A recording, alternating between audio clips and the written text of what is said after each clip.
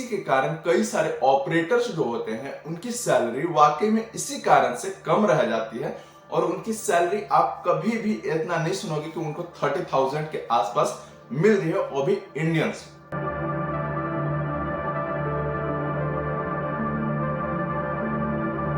तो यार काफी सारे लोग का ये सवाल रहता है कि आखिर सैलरी कितनी होती है। सैलरी तो होती है 20 और 25 के अप्रॉक्स, लेकिन ये इतनी कम क्यों है जबकि हम 50 लाख के आसपास की क्रेन चलाते हैं, लेकिन सैलरी 20,000 के आसपास 25,000 के साथ इतनी कम क्यों। काफी सारे लोग का सवाल ये भी रहा होगा कि आखिर इतनी सैलरी कम क्यों मिल रही है, आखिर इससे ज्यादा भी तो मिल सकती है, लेकिन इतना कम मिलने का रीजन क्या हो सकता है। चलिए इस बारे में हम जानने वाले हैं आज। तो फटाफट से वीडियो को लाइक एंड चैनल को सब्सक्राइब जरूर से कर लिया कीजिए। देखिए होता क्या है कि कभी भी कंस्ट्रक्शन लाइन में कोई भी बंदा आता है तो उसकी स्टार्टिंग प्राइस 17-18 हजार के आसपास रहता है और वो हेल्पर में रहता है, ठीक है, 17-18 हजार वो हेल्पर में रहता है।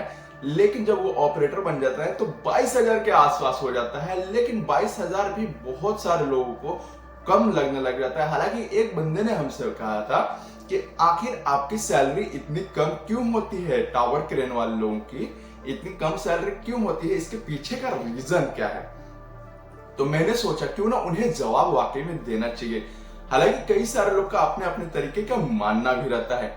देखिए कुछ लोग कंपेयर इसलिए कर रहे हैं, बोलते हैं जेसीबी हो, पोकलैंड हो या छोटे बड़े कोई मशीनरी गाड़ी वगैरह हो, तो उसमें देखने को ये मिलता है कि उनमें भी 20, 22 और 25 के आसपास ही रहता है। लेकिन हमारे क्रेन में, यानी कि सबसे महंगी क्रेन है 50 लाख के आसपास की क्रेन रहती है, लेकिन 20, 25 इससे इतने कम क्यों सैलरी मिलती है। हालांकि इसमें कम से कम नहीं तो 25,000 बहुत कम लगता है इतने बड़े क्रेन के सामने, कम से कम नहीं तो 30,000, 35,000, 40,000 के आसपास होता तो बहुत ही ज्यादा बेहतर होता। लेकिन ऐसा क्यों। देखिए आप सभी को एक इंफॉर्मेशन मैं देना चाहूंगा जिससे कि कुछ नॉलेज हासिल हो। इसके लिए वीडियो को एंड तक जरूर से देखिएगा। देखिए होता क्या है कि क्रेन के जो हेल्पर होते हैं वो क्रेन तो सीख लेते हैं, ठीक है, क्रेन उनके लिए सीखना कोई बड़ी बात नहीं होता है। वो हेल्पर करते हैं तो वो जाहिर सी बात होती है कि उनको सीखना वाकई में वाजिब है, वो सीख सकते हैं। और जब वो सीख लेते हैं तो वो दूसरे जगह जाते हैं तो वो 20 के आसपास में वो काम कर लेते हैं। सोचते हैं कि हमें 15,000 मिल रहा है, जरूरी नहीं कि हेल्पर में आपको 17-18 हजार ही मिले, कहीं 10,000 मिल जाते हैं, कभी 20,000 मिल जाते हैं, कहीं 18-15,000, 14,000 मिल जाते हैं, ऐसा होता है। तो वो क्या करते हैं ना कि वो जो हेल्पर होते हैं उनको समझ थोड़े कम हो जाते हैं, ठीक है, और वो किसी और कंपनी में जाते हैं और वहां जाने के बाद उन्हें 20,000 भी मिलता है ना, वो सोचते हैं कि अरे हमें तो 12,000, 14,000 मिल रहे हैं, हमें 20,000 मिल रहे हैं, तो क्या दिक्कत है। भाई दिक्कत आपको नहीं है, लेकिन काफी सारे ऑपरेटर जो है जो पहले से वर्क कर रहे हैं उनके लिए परेशानियां बढ़ जाती है। इसलिए हमारी सैलरी इस कारण से बहुत ही ज्यादा कम रह जाती है।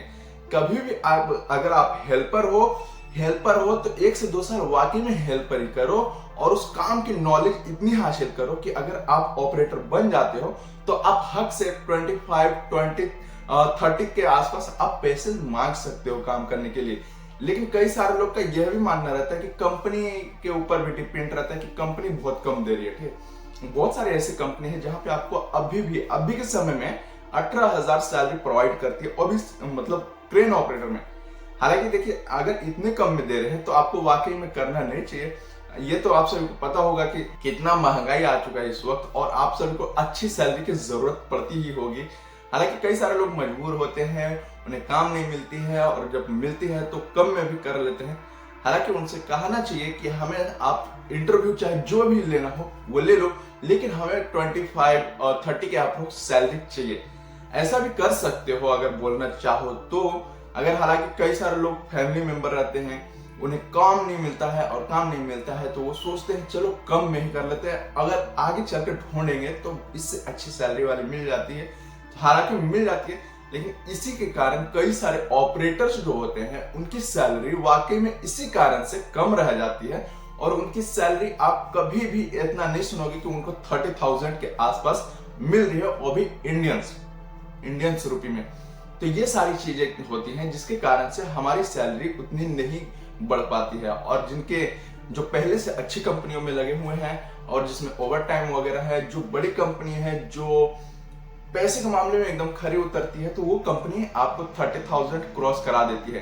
तो ऐसी ऐसी कई सारे कुछ गिने चुने कंपनी है जिसमें आपको 30,000 मिल जाते हैं, लेकिन कई सारे मतलब हमें तो लगता है कि 50% से ज्यादा यानी कि 70 के आसपास कुछ कंपनियां ऐसे हैं जो 25 तक ही सीमित रहती हैं।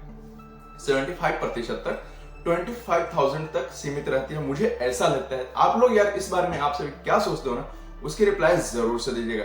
तो मैं आप सभी से एक ही गुजारिश करना चाहूंगा, आप किसी भी लाइन से हो, अगर किसी भी टावर क्रेन को चलाते हो उसमें अच्छी सैलरी की डिमांडिंग रखने की कोशिश किया कीजिए, जिससे कि एक व्यक्ति की वजह से यानी कि जो हेल्पर होते हैं उनकी वजह से और जो मजबूर होते हैं उनके कारण से कई सारी कंपनियों में सैलरी नहीं बढ़ पाती है। हालांकि एक कंपनी में रहने के बाद इंक्रीमेंट होता है और उसमें सैलरी बढ़ती रहती है तो वो बेहद ही ज्यादा अच्छा लगता है, लेकिन उसमें भी तो सैलरी कम ही रहती है ना। जैसे 20,000 में आप लगते हो, 2-3 साल होंगे जब तक 4 से 5 हजार बढ़ते होंगे। इंक्रीमेंट सैलरी की मैं बात कर रहा हूँ। तो ये सारी चीजें हैं जिसके कारण से प्रॉब्लम देखने को मिलता है और लोग इस पे सवाल उठाते हैं कि आखिर इतना सैलरी कम क्यों है। तो इस पे गौर करने की कोशिश कीजिए और अपनी राय जरूर से दीजिएगा, और किसी भी कंपनी में जाए थोड़ा सोच समझ के जाए और अच्छे से काम करें और सैलरी की वाकई में डिमांड रखने की कोशिश कीजिए आप सभी लोग, जिससे कि आपकी सैलरी अच्छी होगी तब जाके हमारी सैलरी अच्छी होगी। हेल्पर हो या ऑपरेटर हो, सबको ध्यान देने की जरूरत है। 25+ के ऊपर जाने की कोशिश कीजिए और 30 के अप्रोक्स में जाने की कोशिश कीजिए, जिससे कि सभी की सैलरी एक जैसी हो। 50 लाख की क्रेन चला रहे हो, सोचने वाली बात है, 50 लाख का क्रेन आप चला रहे हो और कहीं कहीं तो 1 करोड़ की क्रेन भी मिलती है, और कौन सी 1 करोड़ के आसपास में क्रेन रहती है वो आप कमेंट में रिप्लाई जरूर से दीजिएगा। 40 लाख वाली क्रेन और 50 लाख वाली क्रेन अपनी इंडियन कंपनी है वो उसमें देखने को मिल जाता है, वो थोड़ा सी कम प्राइस में रहते हैं। तो इस पे ध्यान दीजिए और अच्छे खासे काम करने की कोशिश कीजिए, अच्छे पैसे कमाने की कोशिश कीजिए। अगर आप अच्छे पैसे कमाओगे नहीं तो जनरेशन जो रहेगी वो 20-25 के आसपास ही रह जाएगी। तो ऊपर भी बढ़ने की कोशिश कीजिए, मुझसे आपसे यही कहना है। तो वीडियो को लाइक एंड सब्सक्राइब जरूर से कीजिएगा, वीडियो को ज्यादा से ज्यादा शेयर जरूर से कीजिएगा। तब तक मिलते हैं अगले वीडियो में।